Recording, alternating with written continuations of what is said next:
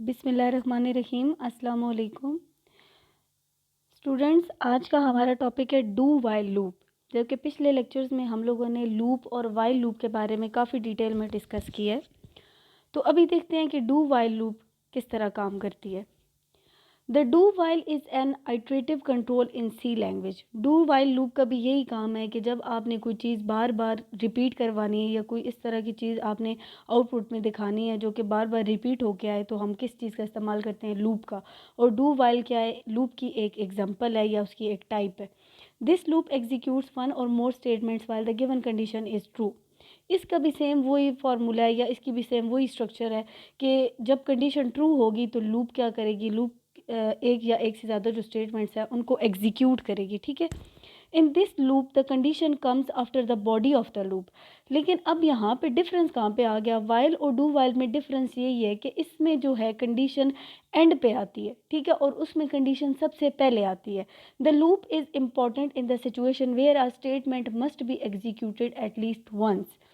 तो ये लूप सबसे ज़्यादा इम्पॉर्टेंट इसलिए उस सिचुएशन में इम्पॉर्टेंट है जहाँ पे हमें एटलीस्ट एक दफ़ा स्टेटमेंट लाजमी एग्जीक्यूट करवानी हो, यानी कि कंडीशन चेक ना हो और हम चाह रहे हों कि एक स्टेटमेंट एग्जीक्यूट हो जाए लाजमी। ठीक है, यानी कि आउटपुट में कोई भी एक स्टेटमेंट लाजमी एग्जीक्यूट हो जाए, उसके बाद कंडीशन चेक हो और फिर उसके बाद लूप उसके अकॉर्डिंग काम करे। सिंटेक्स देखते हैं इसका। The syntax of while loop is as follows. सबसे पहले डू का वर्ड इस्तेमाल होगा, यानी कि डू एक की वर्ड है, ये एक लैंग्वेज में डिफाइन वर्ड है जो कि इस्तेमाल होगा। उसके बाद ब्रैकेट्स आएंगी और उसके अंदर सेट ऑफ स्टेटमेंट्स आएंगे। ठीक है, इसमें सिंगल स्टेटमेंट भी हो सकती है और सेट ऑफ स्टेटमेंट्स भी हो सकते हैं। और फिर क्या होगा? जब इसकी बॉडी बंद करेंगे, यानी कि इसकी ब्रेसेस को क्लोज करेंगे, उसके बाद इसमें यहाँ पे कंडीशन लगेगी। जैसे आपको नज़र आ रहा है कि वाइल इनटू कंडीशन, और कंडीशन के एंड पे क्या है? Semi colon. ठीक है, अगर आपने नोट किया हो तो जो हमने वाइल लूप पढ़ी थी उसमें कंडीशन, उसमें तो वाइल यहाँ पे आता था ना, सबसे पहले आती थी कंडीशन। ठीक है, फिर उसके बाद बॉडी में जाता है और फिर प्रोग्राम क्या करता है? एंड होता है। ठीक है, तो यहाँ पे क्या है? अब डू वाइल में डू पहले, उसके बाद बॉडी, यानी कि स्टेटमेंट्स एक दफ़ा लाजमी एग्जीक्यूट होंगी, उसके बाद कहीं जाके, यानी कि जब यहाँ से कंट्रोल बाहर जाएगा तो उसके बाद कंडीशन को चेक करेगा। ठीक है, कंडीशन को चेक करेगा तो फिर दोबारा ऊपर वापस उसकी तरफ वापस जाएगा। ठीक है, अगर फ्लो चार्ट देखें तो फ्लो चार्ट से भी हमें यही बात समझ आ रही है कि पहले कोई कंडीशन नहीं है। ठीक है, हालांकि पहले हमने बाकी फ्लो चार्ट्स देखे हैं उसमें यहाँ पे कंडीशन होती है और फिर उसके ट्रू और फॉल्स केसेस देखे जाते हैं। यहाँ पे अगर हम देखें तो पहले लूप की बॉडी स्टार्ट होगी, यानी कि पहले बगैर किसी कंडीशन के लूप की बॉडी एक दफ़ा एग्जीक्यूट होगी, फिर उसके बाद क्या होगी? कंडीशन चेक होगी, यानी कि इससे बाहर निकलेगा तो फिर आगे कंडीशन लगी हुई होगी। कंडीशन अगर ट्रू होगी तो फिर ऊपर चला जाएगा, वापस चला जाएगा। ठीक है, यानी कि उसको फिर दोबारा एग्जीक्यूट करवाएगा। और अगर कंडीशन फॉल्स होगी तो वहीं से कंट्रोल क्या करेगा? बाहर निकल आएगा। यानी कि स्टेटमेंट एक दफ़ा तो उसने एग्जीक्यूट की हुई होंगी, लेकिन वो फिर अगर कंडीशन फॉल्स हो जाएगी तो वो वापस ऊपर नहीं जाएगा, वो वहाँ से प्रोग्राम को क्या कर देगा? ख़त्म कर देगा या टर्मिनेट कर देगा। तो इन तीनों चीज़ों को अलग अलग फिर से डिस्कस करते हैं। डू क्या चीज़ है? It is the key word that indicates the beginning of the loop. Do इसलिए स्टार्ट में लगाया गया है कि यहाँ पे पता लग जाए कि यहाँ से लूप की स्टार्टिंग है या बिगनिंग है। उसके बाद कंडीशन है।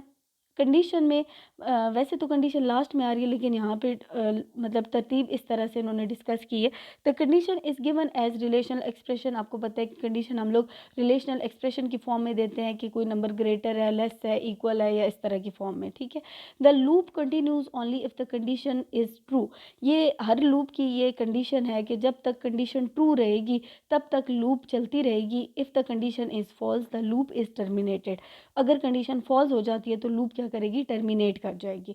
उसके बाद थर्ड जो चीज़ देखी है वो स्टेटमेंट है। Statement is the instructions that is executed when the condition is true. Statement क्या क्या है? इंस्ट्रक्शंस है या कोई भी मैसेज है जो आप एग्जीक्यूट करवाना चाहते हैं, जो आप दिखाना चाहते हैं जब कंडीशन ट्रू हो। Two or more statements are written in braces. ये हमने पहले भी पढ़ा हुआ है कि दो या दो से ज़्यादा स्टेटमेंट्स हों तो उनको इन ब्रेसेस के अंदर लिखा जाता है। It is called the body of loop. और जो चीज़ ब्रेसेस के अंदर लिखी जाती है उसको क्या कहा जाता है? Body of loop. The important point about do while loop is that the condition ends with a semi colon. ये चीज़ मैं आपको भी बता चुकी हूँ कि यहाँ पे आप देखें तो जो वाइल के बाद हमारी वाइल कंडीशन और उसके बाद यहाँ पे जो हमारा प्रोग्राम यहाँ पे इसको ख़त्म कर रहा है, इसका सिंटैक्स देखें तो वो किस पे एंड हो रहा है, कंडीशन के बाद क्या आ रहा है, सेमी कॉलन आ रहा है, ठीक है। जबकि वाइल लूप में ऐसा नहीं होता, वाइल लूप में वाइल के बाद कंडीशन और उसके बाद नीचे बॉडी स्टार्ट हो जाती है, ठीक है। तो यानी कि यहाँ पे चेंज ये है कि कंडीशन क्या हो रही है, किससे एंड हो रही है, सेमी कॉलन से एंड हो रही है। An error occurs if the semi colon is not used at the end of condition. और अगर हम लोग इस सेमी कॉलन का इस्तेमाल नहीं करते कंडीशन के एंड पे तो यहाँ पे एरर अकर होता है, ठीक है। वर्किंग देखते हैं डू वाइल लूप की। First of all the body of loop is executed. सबसे पहले क्या होगा, डू का कीवर्ड है यानी कि बिगनिंग होगी लूप की, लेकिन कंडीशन क्या होगी, एंड पे चेक होगी। इसकी वजह से पहले जो बॉडी होगी लूप की वो एक दफ़ा लाजमी एग्जीक्यूट हो जाएगी। After executing the statements in loop body, जब स्टेटमेंट्स एग्जीक्यूट हो जाएंगी द कंडीशन इज़ एवेलुएटेड। फिर जब कंट्रोल बॉडी से बाहर जाएगा तो फिर क्योंकि यहाँ पे कंडीशन सबसे एंड पे है तो सबसे एंड पे जाके कंडीशन चेक होगी। If it is true the control against enter the body of loop. ये हमने भी फ्लो चार्ट देखा है कि अगर फिर कंडीशन ट्रू होगी तो वो कंट्रोल क्या करेगा, दोबारा ऊपर चला जाएगा बॉडी ऑफ लूप में and executes all statements in the body again. और फिर दोबारा क्या करेगा, वो सारी स्टेटमेंट्स जो उसकी बॉडी के अंदर मौजूद हैं उनको दोबारा से एग्जीक्यूट करवा देगा। This process continues as long as the condition remains true. ये प्रोसेस तब तक चलता रहेगा जब तक कंडीशन ट्रू रहेगी, ठीक है। That loops terminate when the condition becomes false. और लूप कब टर्मिनेट करेगी, जब कंडीशन क्या हो जाएगी, फॉल्स हो जाएगी। This loop is executed at least once even if the condition is false in the beginning. यानी कि अगर फ़र्ज़ करें कि कंडीशन पहले फॉल्स हो जाती है, ठीक है, तो कंडीशन जब फॉल्स होगी उससे पहले भी एक दफ़ा लूप लाजमी एग्जीक्यूट हो चुकी होगी। यानी कि जो बॉडी ऑफ लूप है वो एक दफ़ा ज़रूर एग्जीक्यूट होगी बगैर किसी कंडीशन को चेक किए, क्योंकि कंडीशन अब किधर है, बॉडी के बाहर है, ठीक है। यानी कि सबसे एंड पे है कंडीशन, तो कंडीशन को चेक करने से पहले जो प्रोग्राम है वो पहले लूप की जो बॉडी है उसके अंदर जितनी भी स्टेटमेंट्स हैं उनको पहले एग्जीक्यूट लाजमी करवा देगा। तो ये आज हम लोगों ने पढ़ा है डू वाइल लूप के बारे में, इसकी वर्किंग के बारे में।